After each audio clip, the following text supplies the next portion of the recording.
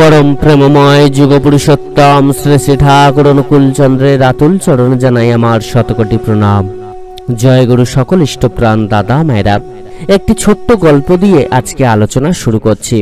একদিন একটি গরু জঙ্গলে ঘাস খেতে খেতে জঙ্গলের গভীরে প্রবেশ করে। তো সেই ঘাস খেতে খেতে কখন যে সন্ধ্যা হয়ে গেছে সে বুঝতে পারেনি। সন্ধ্যা হয়ে যাওয়াতে সে আর রাস্তা খুঁজে পাচ্ছে না।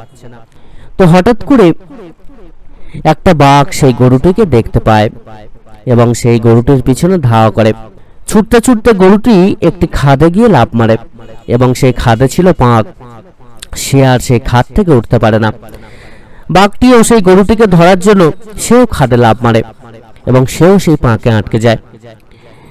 তো দুজনেই পাঁকে যখন ছটফট করছে বাঁচার জন্য, তখন আরো বেড়ে যাচ্ছে। তখন বাঘটি বলছে, তোকে খাওয়ার জন্য আমি এই পাঁকে পড়ে গেলাম, কিন্তু আমি ঠিক উঠে পড়বো। আমার তো শক্তি বেশি তোর থেকে, আমি ঠিক উঠে পড়বো, কিন্তু তোকে বাঁচাবে কে? তখন গরুটি বলছে, আমাকে বাঁচানোর জন্য আমার মনিব আছে। আমার মনিব আমাকে দেখতে না পেয়ে লোকজন নিয়ে এলো বলে, কিন্তু যখন তোকে দেখবে যে তুই আমার কাছাকাছি আছিস, তখন তোকে বাঁচাবে কে? তো সেই বাঘটি বলল, আমাকে কেউ মারতে পারবে না। তখন গরুটি বলল, আমার মনিব আছে, ঠিক আমাকে উদ্ধার করে নিয়ে যাবে। কিছুক্ষণ পরে সেই গরুটির মালিক যখন গরুটিকে খুঁজে পেল না, তখন কিছু লোকজন নিয়ে ডাকতে ডাকতে জঙ্গলের মধ্যে প্রবেশ করে সেই খাদের কাছে এলো এবং দেখতে পেল যে একটি বাঘ এবং তার প্রিয় গরুটি সেই খাদে পাঁকের মধ্যে আটকে আছে। তখন সেই লোকটি পাড়া থেকে আরো প্রচুর লোকজন নিয়ে এসে বাঁশ পেটা করে সেই বাঘটিকে মেরে গরুটিকে তুলে নিয়ে চলে যায়। এর মধ্য দিয়ে আমরা কি শিক্ষা পাই? এর মধ্য দিয়ে আমরা একটি বড় শিক্ষা কিন্তু পাই। সেটা হলো, আপনি যখন ভগবানের প্রতি বিশ্বাস করবেন, যখন আপনি ভগবানের চরণে আশ্রয় নেবেন, অর্থাৎ যখন আপনি ভগবানকে আপনার মনে করবেন, তখন কিন্তু ভগবান আপনাকে রক্ষা করবেন, অতি অবশ্যই রক্ষা করবেন। তিনি আপনাকে কখনো ছেড়ে যাবেন না। যত বড় বিপদেই পড়ুন না কেন, আপনাকে তিনি রক্ষা করবেন। যত সমস্যায় পড়ুন না কেন, তিনি আপনাকে রক্ষা করবেন। যত বড় দুর্ঘটনা আপনার জীবনে আসুক না কেন, তিনি আপনাকে রক্ষা করবেন। সকল বিপদ থেকে তিনি বাঁচিয়ে দেবেন। শুধুমাত্র আমাদেরকে কি করতে হবে? তাকে ধরে চলতে হবে, তাকে বিশ্বাস করতে হবে। হ্যাঁ, তাকে বিশ্বাস করে হয়তো অনেক সমস্যা হতে পারে, অনেক সময় অতিবাহিত হতে পারে, হয়তো দিন গড়িয়ে সন্ধ্যা হতে পারে, কিন্তু তিনি আসবেন। পূর্ণ বিশ্বাসের সঙ্গে যদি আমরা তাকে ডাকতে পারি। সেই গরুটি তার মনিবের ওপর কিন্তু ভরসা করেছিল, বিশ্বাস করেছিল। সে জানতো তার মনিব এসে তাকে উদ্ধার করে নিয়ে যাবে।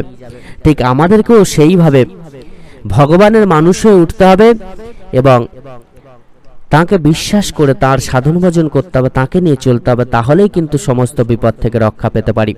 পরম দয়াল যুগপুরুষোত্তম শ্রী শ্রী ঠাকুর অনুকূলচন্দ্র তাই তো বারবার করে আমাদেরকে তাঁর চরণে আশ্রয় নেওয়ার কথা বললেন। তিনি ইষ্টভৃতির বিধান দিলেন। এই ইষ্টভৃতির থেকে আবার কিভাবে আমরা রক্ষা পাবো? কিভাবে বিপদ থেকে এই ইষ্টভৃতি আমাদেরকে রক্ষা করবে? কেন আমরা টাকা পয়সা দেব? ইষ্টভৃতি অর্থাৎ নিজের মঙ্গলের জন্য ভগবানের চরণে কিছু উৎসর্গ করা। এই ইষ্টভৃতির কিন্তু অনেক ধাপ রয়েছে। এর মধ্যে গুরু প্রণামী আমাদেরকে দিতে হয়, এর মধ্যেই আছে গুরু দক্ষিণা দেওয়া, এর মধ্যেই আছে সেবা কার্যে কিছু ব্যয় করা। এছাড়া ইষ্টভৃতি তখনই পুরোপুরিভাবে সফল হয় যখন আমরা পাড়া প্রতিবেশীর সাহায্য করার জন্য কিছু রেখে দেব, আমাদের সামর্থ্য অনুযায়ী যখন জীব সেবা দেওয়ার জন্য কিছু রাখবো, যখন পাড়া প্রতিবেশী কেউ বিপদে পড়লে তাকে সাহায্য করার জন্য কিছু রাখবো। এইভাবে কিন্তু আমাদের ইষ্টভৃতি পূর্ণতা লাভ করে। তাই ইষ্টভৃতি অর্থাৎ এই যে পুণ্য কর্ম, ইষ্টভৃতি যে করছি, দান ধ্যান এগুলো করছি, সেবা কার্যে কিছু ব্যয় করছি, সৎ কার্যে আমরা ব্যয় করছি, ভগবানের চরণে কিছু উৎসর্গ করছি, গুরু প্রণামে দিচ্ছি, গুরু দক্ষিণা দিচ্ছি, যেটা শাস্ত্রের বিধান রয়েছে, এগুলো আমাদেরকে দিতে হয়, রোজ দেয়া লাগে। আমরা কিন্তু সেটা রোজ দিই না।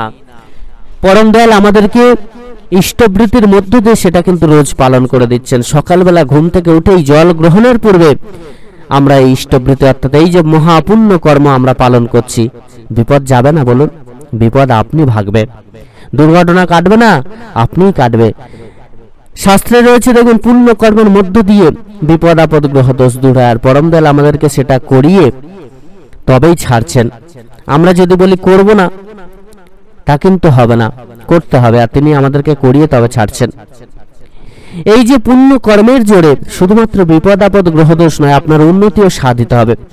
যে মানুষ যত বেশি দানী হন, যিনি যত বেশি মানুষের সেবা করতে পারেন, যিনি যত বেশি উদার হন, অহংকার মুক্ত হয়ে যিনি ভগবানের সেবা করেন, যিনি ভগবানের নাম জপ করেন, তিনি কিন্তু সবচেয়ে বেশি ভাগ্যবান হন। তার জীবন সবথেকে বেশি সুন্দর সুমধুর হয়ে ওঠে। আপনারা অনেকে বলতে পারেন, যারা ভালো কাজ করেন তারা তো বেশি দুঃখ পান, কষ্ট পান, জ্বালা যন্ত্রণা ভোগ করেন। ঠিক কথা। যারা ভালো কর্ম করেন, যারা এই জীবনে ভালোভাবে থাকার চেষ্টা করেন, ভগবানকে নিয়ে চলার চেষ্টা করেন, ভগবানের নাম জপ করেন, তারা কিন্তু কষ্ট পান একটাই কারণে, ভগবান তাদেরকে পরীক্ষা করেন। পরম দয়াল বারবার করে বলছেন, যদি মানুষ কষ্ট না পায় তাহলে কখনো ভগবানকে ডাকবে না। আচার্যদেব বলছেন, এরকম কষ্ট মাঝে মধ্যে আমাদের পাওয়া উচিত। পরম পিতা ইচ্ছা করে আমাদেরকে কষ্ট দেন, যাতে আমরা তাকে না ভুলতে পারি। দেখবেন, যিনি সচ্ছল অবস্থার মধ্যে ফিরে যান, ভালো আছেন, ভালো খাচ্ছেন, ভালোভাবে থাকছেন, তেনারা কিন্তু আবার অনেক সময় দেখবেন পরম পিতাকে ডাকতে ভুলে যান। তো এই জন্য মাঝে মধ্যে আমাদের জীবনে কষ্ট আসাটাও কিন্তু জরুরি, বিপদ আসাটাও জরুরি। তা না হলে আমরা ভগবানকেই ভুলে যাবো, আমরা পরম পিতাকে ডাকতে ভুলে যাবো, আমাদের মন থেকে পরম পিতার কথা মুছে যাবে। পরম পিতাকে তাই তো সবসময় ডাকতে হয়, তার নাম জপ সাধন ভজন করতে হয়, তবেই আমরা প্রকৃত রূপে তাকে লাভ করতে পারবো। পরম দয়াল বারবার করে বলছেন, ইষ্ট তোমাকে সবসময় ভালোবাসেন, কিন্তু তুমি যদি না ইষ্টকে ভালোবাসো, তুমি যদি না তাকে ধরে চলো, তাহলে কিন্তু সেই ভালোবাসা বৃথা। আমাদেরকে তাকে ভালোবাসতে হবে, তার চরণে আশ্রয় নিতে হবে, তাকে ধরে চলতে হবে, তার আদেশ নির্দেশ মেনে চলতে হবে, তবে তো তিনি আমাকে ধরতে পারবেন। আমরা যদি না তাকে সেই সুযোগটা দিই, তাহলে কি তিনি আমাদেরকে ধরতে পারবেন? তাই তো আগে আমাদেরকে সুযোগ দিতে হবে, তার নাম জপ করা, ইষ্টবৃত্তি করা, সময় প্রার্থনা করা, তার বলা প্রত্যেকটা বিধিবিধান মেনে চলা, তবেই তো প্রকৃত রূপে তাকে লাভ করা হবে। পরম দয়াল যুগ পুরুষোত্তম বারবার করে আমাদেরকে সাবধান করে বলছেন, তোমরা যদি না মন থেকে অহংকারকে দূর করতে পারো, যদি না আমাকে বিশ্বাস করতে পারো, যদি পূর্ণ ভক্তিভরে শ্রদ্ধাভরে আমাকে ডাকতে না পারো, যদি পুরোপুরি ভাবে আমার না হয়ে উঠতে পারো, আমার চরণে নিজেকে ন্যস্ত না করতে পারো, তাহলে সব বৃথা। পূর্ণ বিশ্বাসের সঙ্গে পূর্ণ ভক্তিভরে তাকে ডাকতে হবে, তাঁর চরণে নিজেকে উৎসর্গ করতে হবে। বিপদ আপদ গ্রহ দোষ কাটবেই কাটবে, একথা তিনি স্বয়ং তাঁর শ্রীমুখে বলেছেন। তাই আমাদেরকে তাঁর চরণে আশ্রয় নিয়ে সেইভাবে চলতে হবে, যেটা তিনি চেয়েছেন, যেভাবে চলার কথা বলেছেন সেইভাবে চলতে হবে। আমরা নিজেদের মন মর্জি মতো চলবো, নিজেদের মন মর্জি মতো কর্ম করব, নিজেদের মন মর্জি মতো আমরা আচার ব্যবহার অভ্যাস করব, তা কিন্তু হবে না। তিনি যেমনটা বলেছেন সেইভাবে চলতে হবে, তবেই প্রকৃতরূপে তাকে লাভ করা হবে। এই জগৎ সংসার তখন সুন্দর হয়ে উঠবে, আমরা প্রত্যেকে তখন ভালো থাকতে পারবো। সকল ইষ্টপ্রাণ দাদা মায়েরা, মহাভারতে আমরা দ্রৌপদীর বস্ত্রহরণের কথা শুনেছি। যখন দ্রৌপদীর বস্ত্রহরণ হচ্ছিল, তখন তিনি এক হাতে বস্ত্র ধরে আর এক হাত উঁচু করে তিনি হা কৃষ্ণ বলে কাঁদছিলেন। ভগবান কিন্তু তখন তার ডাকে সাড়া দেননি, কিন্তু তিনি যখন সম্পূর্ণ রূপে ভগবানকে বিশ্বাস করে ভগবানের চরণে নিজের সমস্তটা ছেড়ে দিয়ে দু হাত উঁচু করে, অর্থাৎ বস্ত্র ছেড়ে যখন দু হাত উঁচু করে তিনি ভগবানকে ডাকতে লাগলেন, হে দয়াল, হে ভগবান, হে কৃষ্ণ, আমাকে রক্ষা করো, এই অপমান থেকে আমাকে বাঁচিয়ে দাও, তখন ভগবান স্বয়ং এলেন এবং তাকে রক্ষা করলেন। তো আমাদেরকে তার চরণতলে আশ্রয় নিতে হবে, তাকে সম্পূর্ণরূপে নিজেদেরকে তার চরণে সম্পূর্ণরূপে নিজেদেরকে ন্যস্ত করতে হবে, তবেই তো আমরা তাকে লাভ করতে পারবো। শুধুমাত্র মুখে বললাম কিন্তু নিজেদেরকে সম্পূর্ণরূপে তাঁর চরণে ন্যস্ত করতে পারলাম না, তাকে বিশ্বাস করতে পারলাম না। যখন বিপদে পড়লাম তাকে ডাকতে ভুলে গেলাম, যখন সমস্যায় পড়লাম তাকে ডাকতে ভুলে গেলাম। সারা বছরটা নিয়ম মেনে তার সাধন ভজন করলাম না, তাহলে কিন্তু হবে না।